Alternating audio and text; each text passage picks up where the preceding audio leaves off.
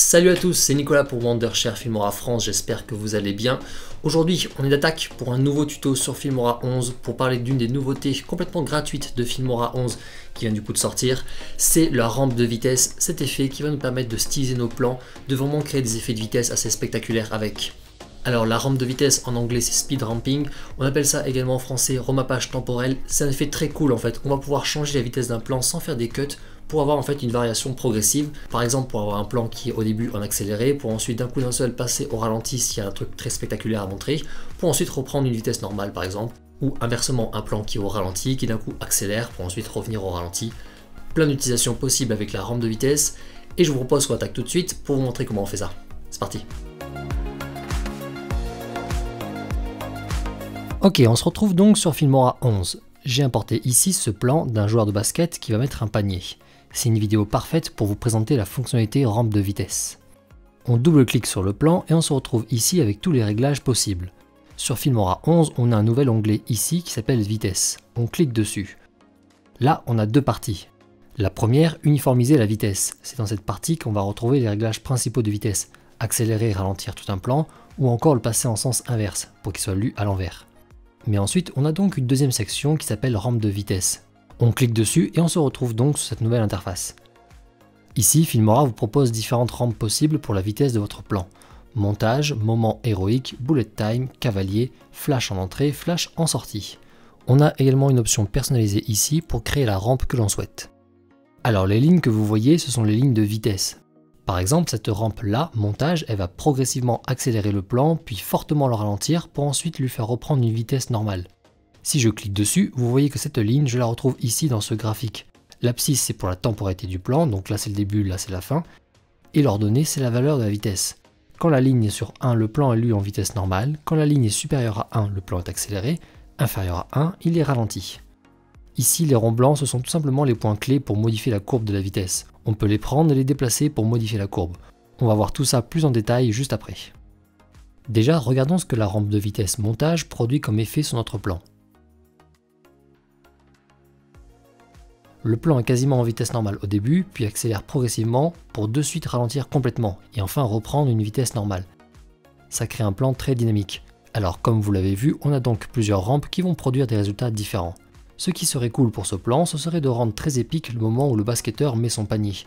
Donc accélérer tout le début, puis ici ralentir assez fortement pour bien voir le panier, et ensuite réaccélérer à la fin. Pour créer cet effet, en regardant les rampes possibles, on en voit deux qui sont idéales. Moment héroïque et bullet time. Les plans sont accélérés au début et à la fin et fortement ralentis au milieu. La seule différence, c'est que sur moment héroïque, on a une accélération au début et une décélération à la toute fin, alors que sur bullet time, le plan est directement accéléré au début et le reste aussi à la toute fin. Regardons d'ailleurs ce que produit la rampe bullet time sur ce plan. Ouais, c'est vraiment chouette. Mais à la limite, le début est trop rapide. Alors testons maintenant moment héroïque.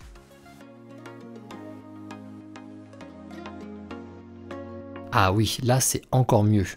On sent bien l'accélération au début et au moment où le ballon est lancé, hop, ça coupe l'accélération pour passer au ralenti. On a un plan très dynamique, on va garder cette rampe.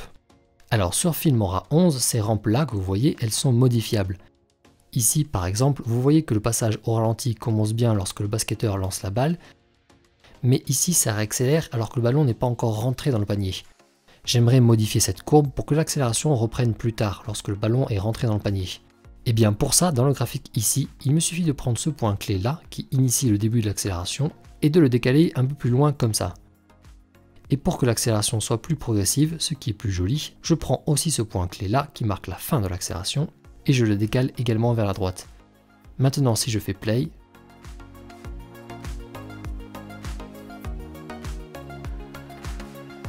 voilà, le plan reste bien en ralenti jusqu'à ce que le ballon rentre et ensuite ça réaccélère. Génial. Bien, maintenant que vous savez utiliser les rampes de vitesse déjà préconfigurées sur Filmora, je vais vous montrer comment en créer une entièrement si vous souhaitez une forme particulière. Je vais prendre ce plan-là, vu d'en haut sur ce même personnage qui va marquer un panier. Le début, sa course vers le panier, eh bien c'est trop long. Ce que j'aimerais donc, c'est au tout début le garder en vitesse normale, puis accélérer rapidement toute sa course vers le panier, puis ensuite repasser en vitesse normale au moment où il lance la balle. Donc on double-clique sur le plan, on revient dans rampe de vitesse, et ici je vais vous montrer comment créer entièrement une courbe. Pour cela, on clique sur personnaliser. On récupère alors ce graphique qui a une courbe pour l'instant totalement neutre. Elle est du début à la fin sur 1, donc le plan est en vitesse normale. Donc au début je souhaite que mon plan garde cette vitesse normale. Du coup ce premier point clé, je ne le touche pas. Ensuite, disons à partir de là, je souhaite que ça accélère. Du coup je vais prendre ce second point clé et je vais l'amener ici, toujours en le laissant sur 1. Comme ça tout ce passage là avant sera bien lu en vitesse normale. Ensuite l'accélération, je veux qu'elle soit progressive, c'est bien plus immersif. Donc je me déplace de quelques images et disons ici, je veux que mon plan soit maintenant fortement accéléré. Je prends ce troisième point clé et je vais le ramener ici. Sauf que lui, je vais complètement le monter. Avec la rampe de vitesse, sur Filmora, on peut accélérer jusqu'à x10. Vous voyez ici la valeur de la vitesse en direct. Allez, disons que je veux l'accélérer jusqu'à x7, comme ça. Bien, maintenant mon plan, vous voyez qu'à partir d'ici, il accélère. Au moment où le basketteur commence à sauter, là, j'aimerais qu'il ralentisse de nouveau, pour repasser en vitesse normale. Du coup, je vais prendre ce nouveau point clé et l'amener ici pour marquer le début du ralentissement. Et lui aussi, je le mets à x7. Bien, maintenant, il ne reste plus qu'à placer un dernier point clé quelques images après pour remettre la vitesse à 1. Sauf que comme vous pouvez le voir, nous n'avons plus de point clé déjà créé. Celui-ci, ce dernier, est figé forcément à la toute fin, on ne peut pas le déplacer sur les côtés. En revanche, on peut le déplacer en hauteur pour avoir une vitesse différente. Et d'ailleurs, c'est pareil pour ce premier point clé ici. Sur Filmora 11, pour la rampe de vitesse, nous pouvons rajouter des nouveaux points clés, en cliquant ici sur ce plus. On se place à l'endroit que l'on souhaite et on clique ici sur le plus. Un nouveau point clé est apparu. Ce point clé, je peux maintenant le descendre à 1 pour qu'à ce moment-là, le plan soit de nouveau en vitesse normale. Et voilà, on vient de créer une rampe de vitesse personnalisée pour rendre ce plan plus dynamique. Deux dernières choses importantes à savoir sur les rampes de vitesse sur Filmora. Si vous souhaitez freezer un plan à un moment, vous pouvez cliquer ici sur ce flocon. Filmora vous demande combien de temps le freeze doit durer, et après validation, il vous freeze le plan durant ce laps de temps. Le point clé est symbolisé par un carré. Et enfin, si vous avez créé une rampe personnalisée que vous souhaitez enregistrer pour ensuite l'appliquer rapidement à d'autres plans, vous pouvez tout simplement cliquer ici sur enregistrer comme personnalisé. Comme vous l'avez vu, la rampe de vitesse, c'est vraiment un outil formidable pour dynamiser tout son montage. Voilà, j'espère que ce nouveau tuto sur Filmora 11 vous a plu, que ça vous a été utile. Je vous laisse nous faire un retour en commentaire si vous avez une question ou une remarque en particulier. Pareil, si vous souhaitez un tuto spécifique, dites-nous ça en commentaire. Vous pouvez vous abonner pour retrouver toutes les autres vidéos sur la chaîne. Et on se dit à la prochaine. Ciao!